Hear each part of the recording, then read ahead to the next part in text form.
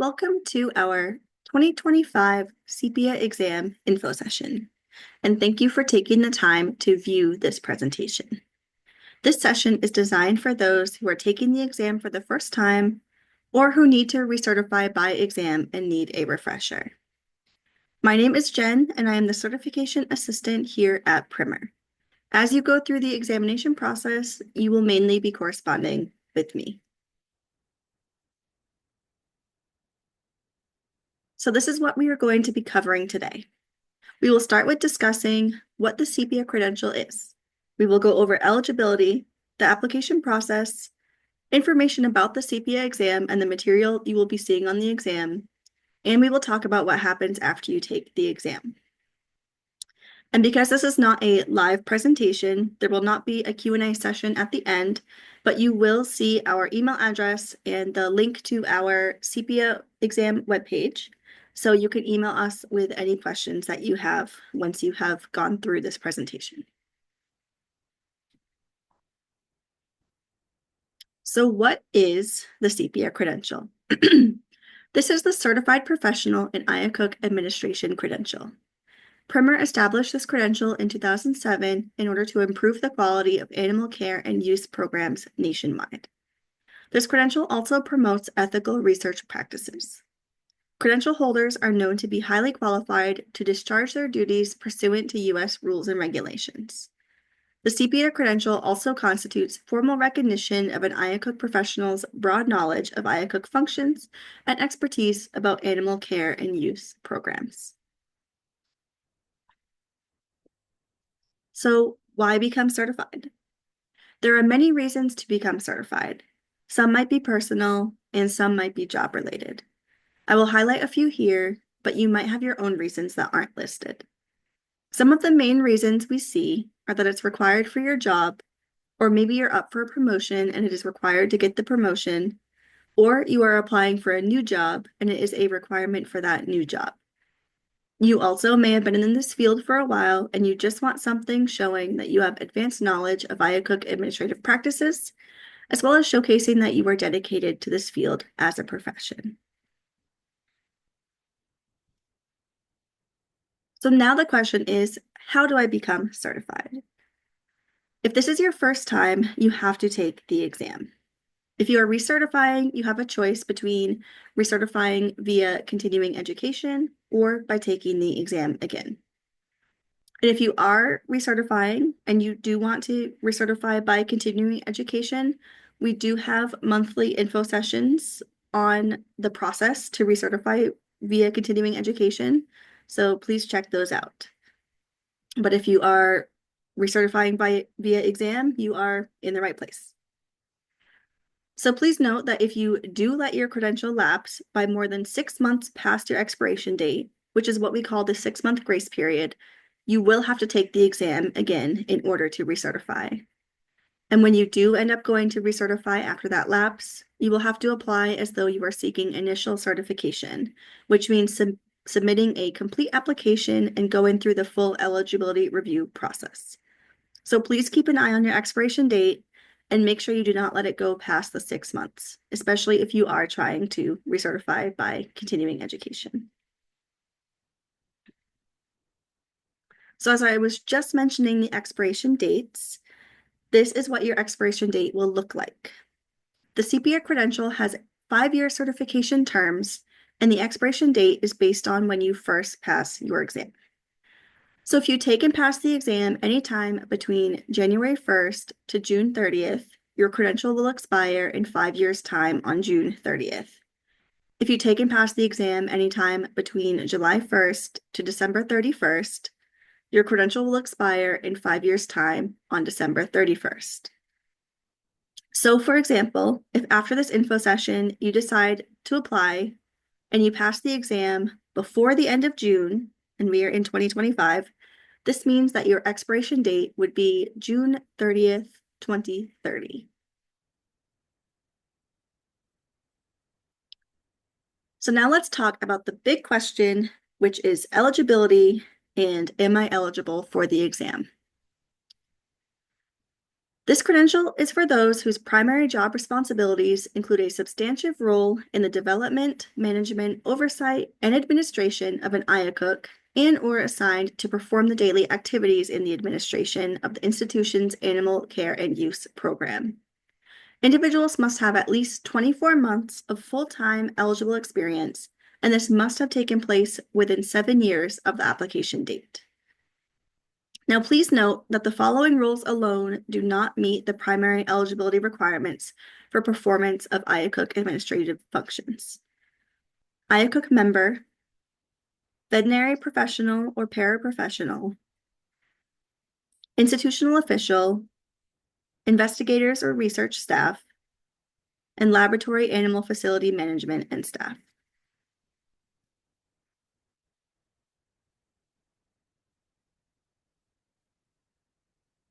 So this is a list of the job functions that would be considered to have relevant experience. So candidates must be responsible for the development, management, implementation, oversight, and administration of the IACUC protocol review process from submission to approval, semi-annual program review and facility inspection processes, IACUC policies, procedures, and guidelines, regulatory and accreditation processes, continuing IACUC oversight of animal activities and the investigation of animal welfare concerns and/or noncompliance, support for IACUC committee functions, training programs regarding IACUC functions and animal care and use regulations and guidelines. And please note that you do not need to participate in every single one of these job functions to be eligible. This is just a list of the job functions that are considered to have relevant experience.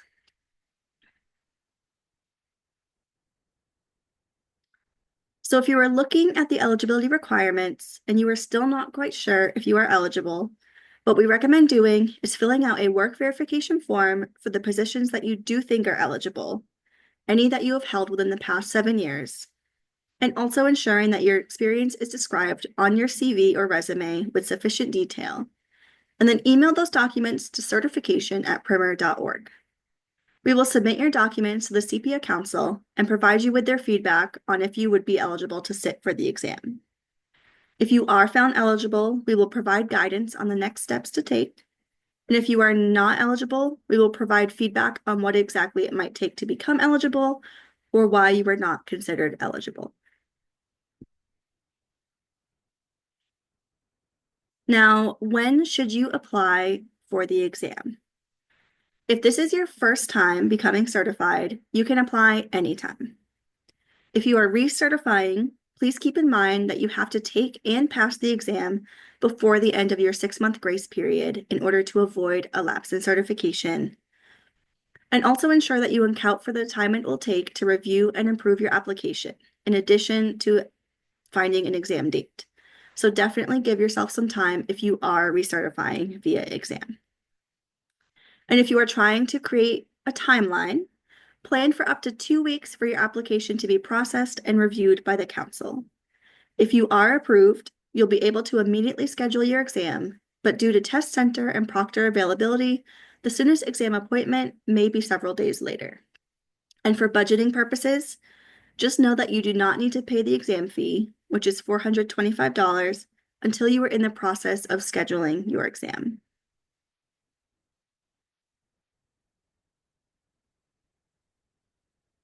So now let's go over the exam application process. So the first thing you will do is create an account with PSI, which is our testing partner. You will be submitting your application online once you create an account. You will fill out one or more work verification forms, depending on how many of your past jobs you think fall within the eligibility guidelines. And you also will be submitting a CV or resume that sufficiently describes your relevant job functions. You will submit all of these documents and the application through PSI.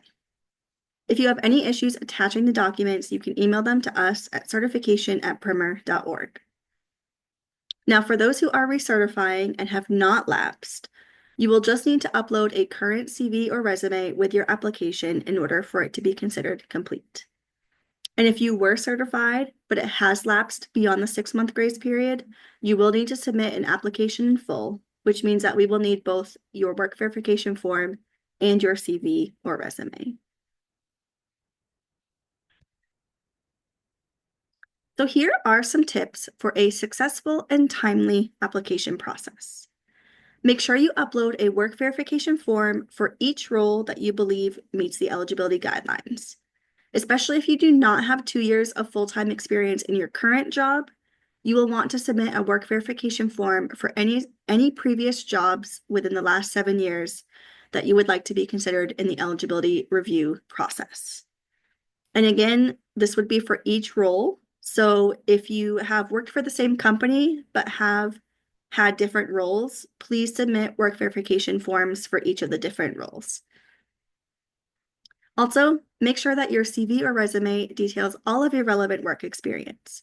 Don't just list the jobs that you have held, but make sure you write some detail about what you were doing. And finally, when you fill out the PSI application, make sure you use your full legal name exactly as shown on your identification. So this means don't use a nickname or a middle name or leave out part of your hyphenated name. The proctor will be checking to make sure that the name on your PSI account matches exactly the name on your identification, and they are not allowed to make judgment calls about whether or not your nickname or last name is close enough.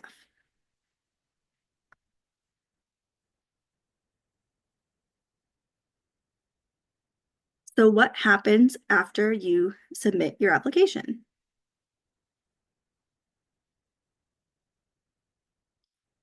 Once you submit your application, it will undergo a review process to ensure that all of the required materials have been submitted. And again, a recap for the quickest review process: make sure you've submitted 1 or more work verification forms, make sure that a full 24 months of full-time experience has been covered between each work verification form, and make sure that your CV or resume describes your relevant job functions. We will submit your application to the CPIA Council so they can determine whether or not you are eligible. During this time, we may reach back out to you for any clarification. Please allow up to 2 weeks for the review process to be conducted. The review process may be finished with sooner, but please just keep that 2-week timeline in mind. So if you have any sort of deadline required of you, you have kind of the full limit of the timeline. If the CPIA Council has approved your application, we will let you know. And if they have found you to be ineligible, you will have the opportunity to share any additional information.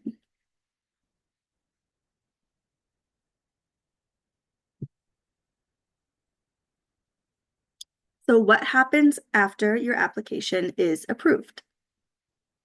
If your application is approved, you will get an email from us that will contain exam scheduling instructions and additional exam information. You will have a 90-day window in which you must both schedule and take your exam. You will pay the exam fee once you are in the process of scheduling your exam.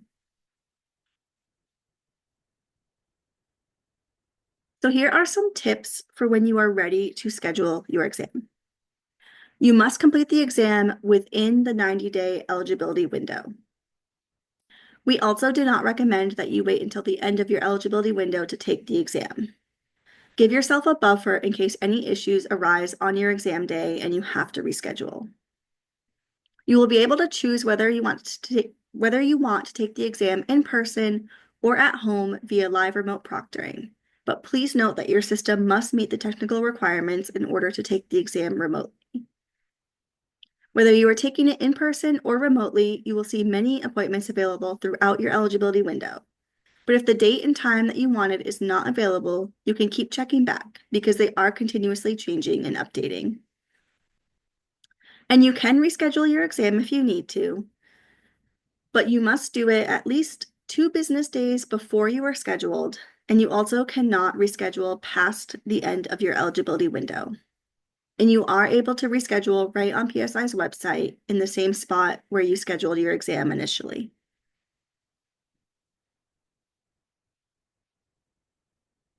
So now that we have talked about the application process and the approval process, and now let's talk about the next step in the certification journey, which is actually taking the exam. So what is the CPIA exam? This was developed by the CPIA Council and it is regularly reviewed and updated to ensure it reflects current regulations and guidance. The CPIA exam covers the body of knowledge on IACUC administrative practices under the rules and regulations of the U.S. There are 135 objective multiple choice questions. The exam is 4 hours long. It is taken on a computer and no notes or reference materials are allowed during the exam. Accommodations are provided for those who have a documented need.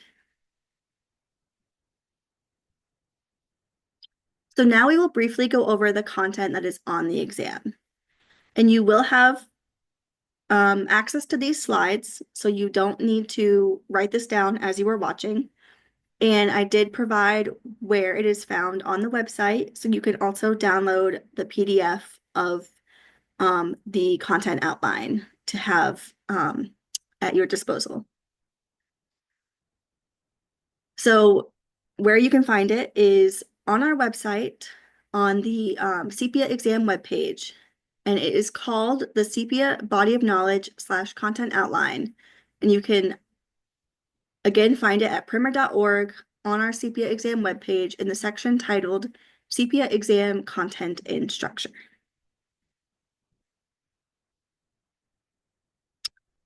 So 23% of the exam will be on regulatory foundations, historical development, government oversight, and accreditation of laboratory animal care programs.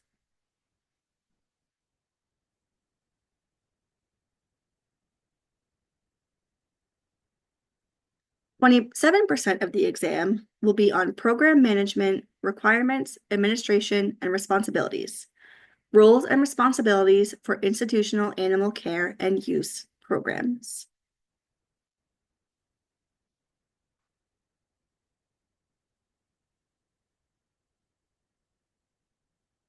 (32% of the exam will be on IACUC functions, content, and process.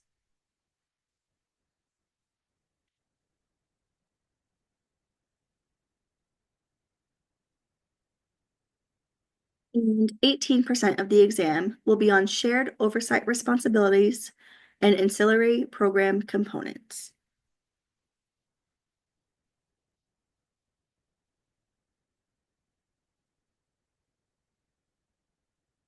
So now this is a list of our exam references and resources.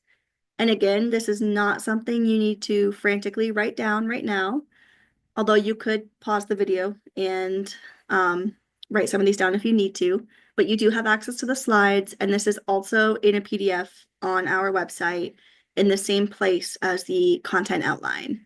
So if you go to primer.org, you can go to our CPIA exam webpage, and in the section titled CPIA Exam Content and Structure, you will find this document. And it is titled CPIA Exam References and Resources. Every question on the exam does have a reference on which the question is based, so reviewing each item on this list can be a great way to prepare for the exam. And now that I mentioned preparing for the exam, the next question is, how should I prepare for the exam? So these are the tips that I would recommend most so you can go into your exam with confidence. Make sure you focus on areas that you are not as familiar with or do not work with on a day-to-day basis. Use the body of knowledge content outline and the exam references and resources documents to create your own study guide that complements your learning style.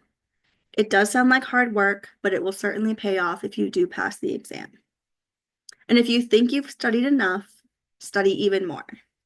It sounds crazy, but I cannot stress that enough. It is better to be over-prepared than under-prepared. And finally, if you want to link up with a virtual or local study partner, you just let us know, and we will direct you to our Study Buddy questionnaire that you can fill out and be put on our Study Buddy list.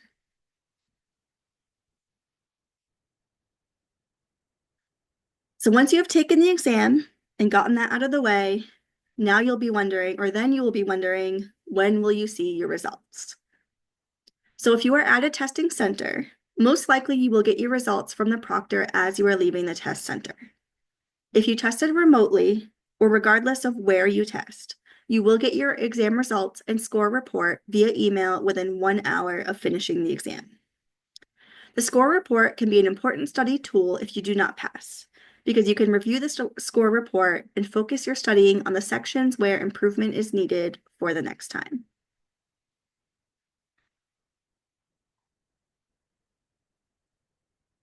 So if you pass the exam, you will receive a digital certificate that will be available in your Primer profile. We will also email you a confirmation that your certificate was created, and the email will also contain a letter that has your certification details. If you are recertifying, that letter will also have the date of your original certification, so you can have a record of that.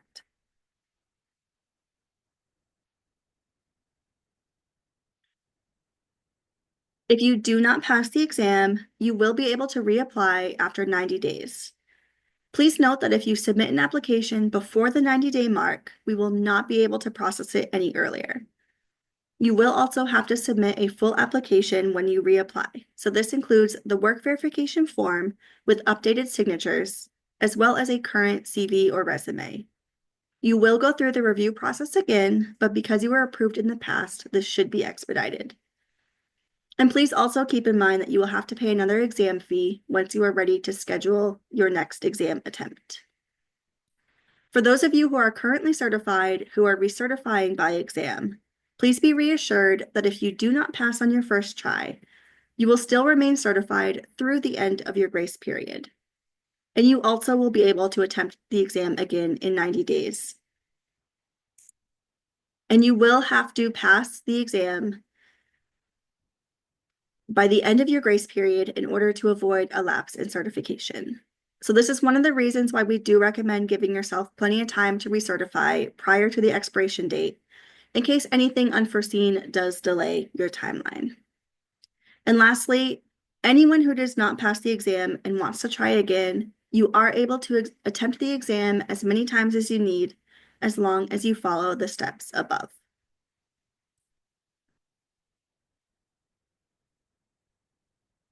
Now, we do want to make sure you are aware that we will not share your exam details with your colleagues, your supervisor, a future employer, or anyone else without written permission from you. And this is regardless of if you pass or fail, or if you are just applying or are in the process. We will not share anything without your permission. So this brings us to the end of the presentation. Thank you for taking the time to sit through this presentation and learn about the CPIA exam, the CPIA credential, and the process in order to obtain the credential. So as I mentioned, you can visit our website. Most of what I said, or all of what I said really, is on the website. And if you have any questions beyond what you can find, please email us at certification@primer.org, and we will get back to you with an answer to your question. So thank you again, and good luck in your certification journey. I look forward to seeing your applications and hearing from you as you go through this journey.